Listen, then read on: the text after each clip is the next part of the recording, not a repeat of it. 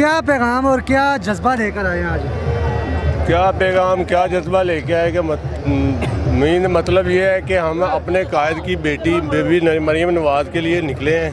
ठीक है, अवाम थक गई है। ठीक है, अवाम के पास कोई चीज़ नहीं है, कोई कारोबार नहीं है, कोई समझ से बाहर है अवाम की। ठीक है, अब हमारे कायद की बेटी और ये मुश्तरका अपोजिशन ने जो कदम लिया है कि बाहर निकलो, जलसे करो, अवाम में जाओ। ठीक है, खान साहब ए हुंदा है जलसा, शहीदे टली नूं मैं कहना चाहता ए जे जलसा अवाम ने स्टेडियम बीबी मरियम नवाज़ दे आने तो पहले भर के तेरा मुँह काला करता है। शिबली फराड़ का भी मुँह काला हो गया, फराड़ चौधरी का भी मुँह काला हो गया।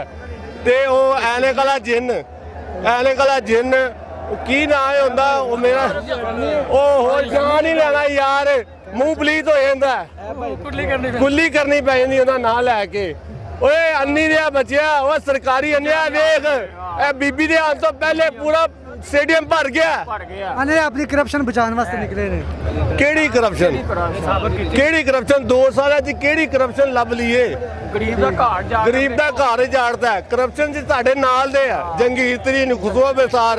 ठीक है, उस तो बाद भाई यार मैं सिर्फ शिबली फराज को इस्तीफा मंगना चाहना और मैं कुछ नहीं गया नहीं दिया पुत्रा बाहर आके वे वाम साडी वेश फियाजुल चौहान उधर रोला पांदे हो साडे गुजरां ले आ के वे मगिया तेरा शो न्यासी भाई जान की कहना चाहते? भाई ये कहंदा ही पेट्रोल पिछों मिलदा 45 रुपए लीटर ते वाम नूं 50-60 रुपए लीटर देना चाहिए। ਉਹ ਹੁਣ 110 ਰੁਪਏ ਲੀਟਰ ਵਿਕਦਾ ਪਿਆ। ਉਦੋਂ ਕਹਿੰਦਾ ਸੀ ਮਹਿੰਗਾਈ ਹੋਏ ਤੇ ਹੁਕਮਰਾਨ ਕਰਪਟ ਹੁੰਦੇ ਨੇ। ਹੁਣ ਕੌਣ ਕਰਪਟ ਹੈ? ਹੁਣ ਕੌਣ ਕਰਪਟ ਹੈ? ਇਹ ਕਹਿੰਦਾ ਸੀ ਚੀਜ਼ਾਂ ਟੱਲੀ ਨੂੰ ਤੇ ਆਪਣਾ ਚਪਰਾਪਸੀ ਨਹੀਂ ਬਣਾਉਣਾ ਚਾਹੁੰਦਾ ਤੇ ਉਹਨਾਂ ਨੂੰ ਨਾਲ ਰੱਖਿਆ ਹੈ। तो की मुतालबा करना चाहोगे तुसी?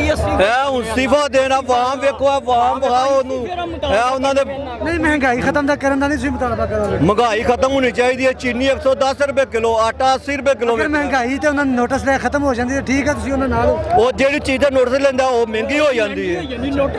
ਜਿਹੜੀ ਚੀਜ਼ ਦਾ ਨੋਟਿਸ ਲੈਂਦਾ ਉਹ ਕਹਿੰਦਾ ਮਾਫੀਆ ਮਾਫੀਆ ਮਾਫੀਆ ਮਾਫੀਆ ਉਤੋਂ ਆ ਗਏ, ਫਰਿਸ਼ਤੇ ਆ ਗਏ ਨੇ ਮਾਫੀਆ। ਉਹ ਮਾਫੀਆ ਕਿਹੜੇ ਹਵਾ ਕਢਾਤੀਆਂ ਲੋਕੀ ਮਜ਼ਦੂਰ 700 ਰੁਪਏ ਦਿਹਾੜੀ ਲੈਂਦੀ ਨੇ 350 ਰੁਪਏ ਦਿਹਾੜੀ ਦੇ ਰਹੇ ਨੇ।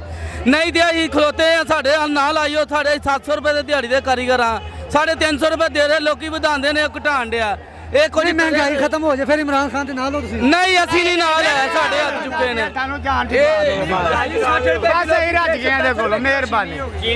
चीनी 100 भाई 100 रुपए किलो है, 100 रुपए किलो 95 रुपए किलो 105 रुपए किलो कितने भाई 100 ਉਹਦਾ ਨੋਟਿਸ ਲਿਆ ਨਾ ਉਹਨਾਂ ओ भाई कोई नोटिस नहीं लिया। लीटर बोतल 50 रुपए दी 70 रुपए दी बोतल हो गई है, 100 रुपए दी भाजी लीटर बोतल हो गई है। इंसाफ है ए चंगा सानू खुआ विखाड़े ने ए तब्दीली ले आया हां ए नवा पाकिस्तान है भाजी, महंगाई आ गई है नवा पाकिस्तान। एवें दी इमरान खान साहब ਨੂੰ नहीं सी तब्दीली चाहिए ए तब्दील नहीं है क्यों जी लाओ दा नारा शेर।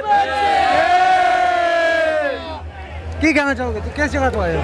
ਅਸੀਂ ਗੁਜਰਾਣਾ ਜਾਈਏ। मीना दे दो आसानी नाल पहुंच गए थे? ਹਾਂ ਤਕਰੀਬਨ ਠੀਕ ਆ रस्ते बंद नहीं ना है? ਰਸਤੇ ਬਲਾਕ ਹਨ ਹੁਣ ਤਕਰੀਬਨ ਖੋਲ ਰਹੇ। तरे खोल रहे हैं रस्ते? हाँ जी।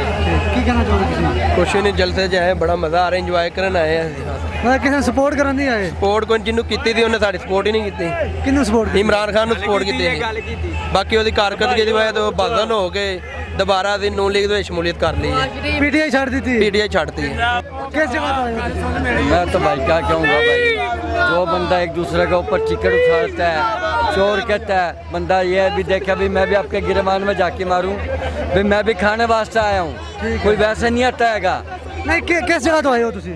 मैं आया जिला विहाड़ी तहसील महल से गए। ठीक है। हाँ जी। तो किस वजह तो आए हो तुसी इत्थे? ये नून लीग के ये महंगाई का तोड़ वास्ते, महंगाई के तोड़ जो इसके वादे थे वो वादे तो पूरे नहीं है।